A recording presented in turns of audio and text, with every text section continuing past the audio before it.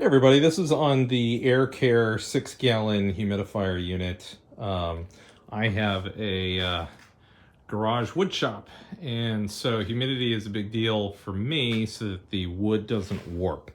If it gets too humid or it isn't humid enough, that's a big problem.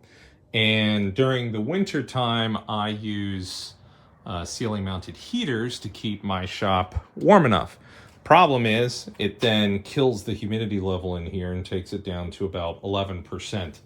I was noticing that the wood was cracking and I was having all sorts of problems, and then finally realized, oh, it's like a kiln in here where the humidity level is really, really low. So picked up this unit for my 200, or not 200, my 25 by 25 two-car garage. That's insulated on the ceiling and the doors. It only took an hour and a half for this unit to get all the way up to 33% humidity. This is exactly what I was looking for because I wanted to be able to set it to, 35% humidity and just walk away and know that it's going to keep kicking on and off and maintain a constant humidity in the shop.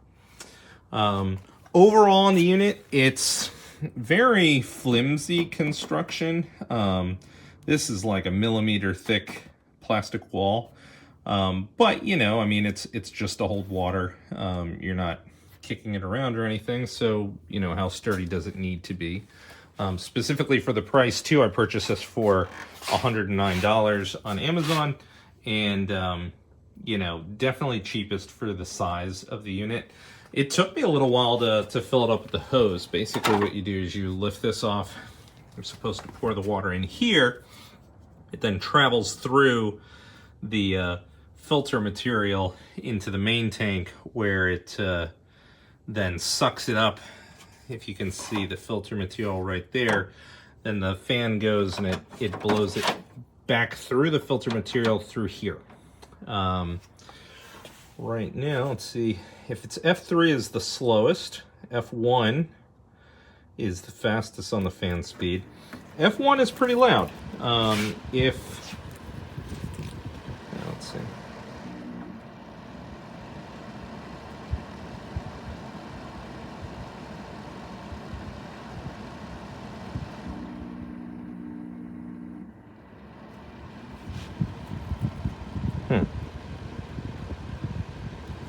Seems to only want to stay on slow at the moment.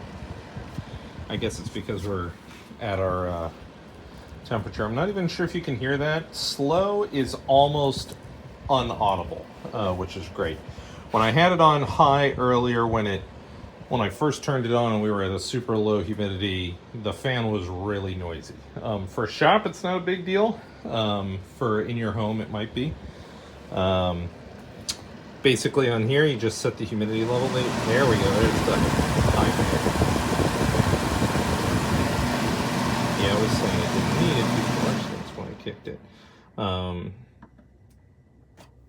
There we go, so back to 35, and then you can set your preferred fan speed. Fan F3 is the fastest. I'm probably gonna keep it on F1 now and try it out, but overall, super happy with it. A humidifier like this is actually really hard to find. I wanted something like a dehumidifier unit that's this big, that I can put a ton of water in and make this space up to the humidity level that I wanted. I tried, the countertop models that you would use when you get sick, and it just didn't do anything.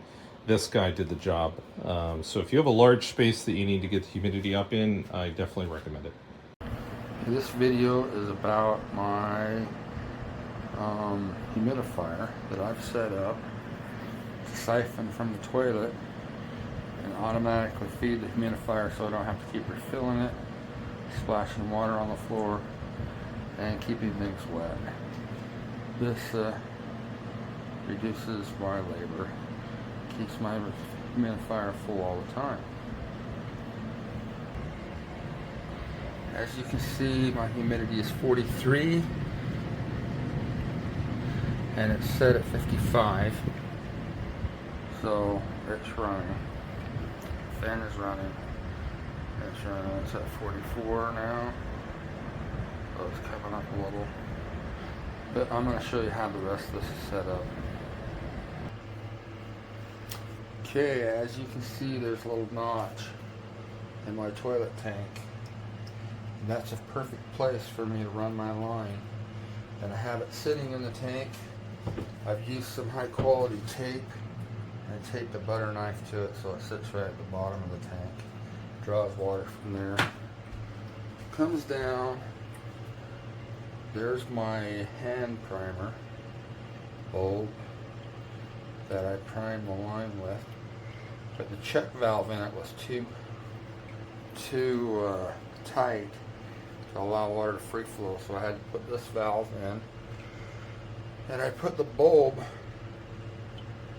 so it feeds, bypasses the valve, but the water won't continue to feed through the bulb, so I open the valve a little bit. Then I pump a little bit more, pump all the air, what's left of the air out of the line. This is a swamp cooler valve. If you do this, you may want to buy a better valve than that. This one, these are notorious for leaking. They're just not very good. You could probably go buy a reverse osmosis water valve. It'd work out better. I had to do some research on YouTube to find out how to keep these to stop leaking. So I've always had trouble with them leaking.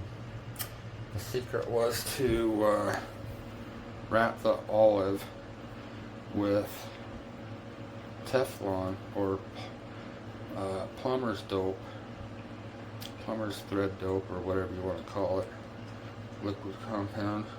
So I did both the Teflon tape and the plumber's dope on it, and it no longer leaks. I also bought another part if it ever does leak. I'll replace it with that. But that's how it works there. Siphons from my toilet. That's clean fresh water in the back of my toilet. Through the line, primed with a primer ball. Open the valve, get free flow water. Into the humidifier continuously. Never have to fill it. Never splash any water on the floor. No leaks. Completely dry around it. Continuously fed. And humidifies the whole house. It's big enough to humidify the whole house. Of course, it's not a very big house. Well, I've calculated it out, and I think my air exchanges in the house about 5 times a day, so it's hard for it to keep up. I have to have a pretty good sized humidifier to keep up with the air exchange in the house in the wintertime. Anyway, thanks for watching. That's my system. Have a good one.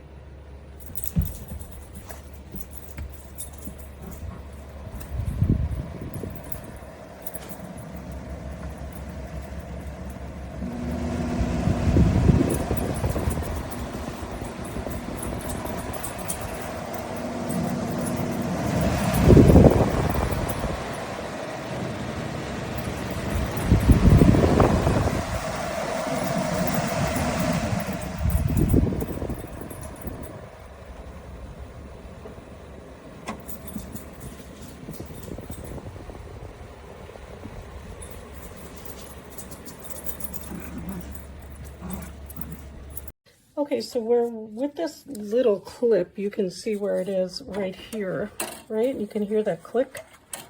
So I took a 3x5 card. It has to be like a card stock.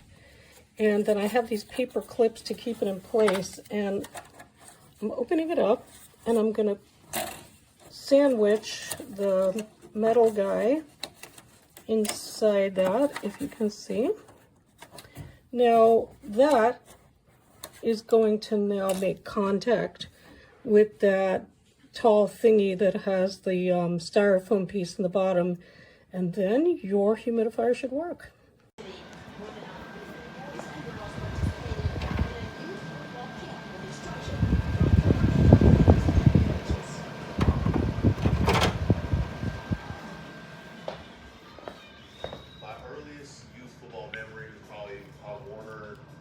Interception, you always remember it. You run down the sideline thinking I'm just Richie Bush with it.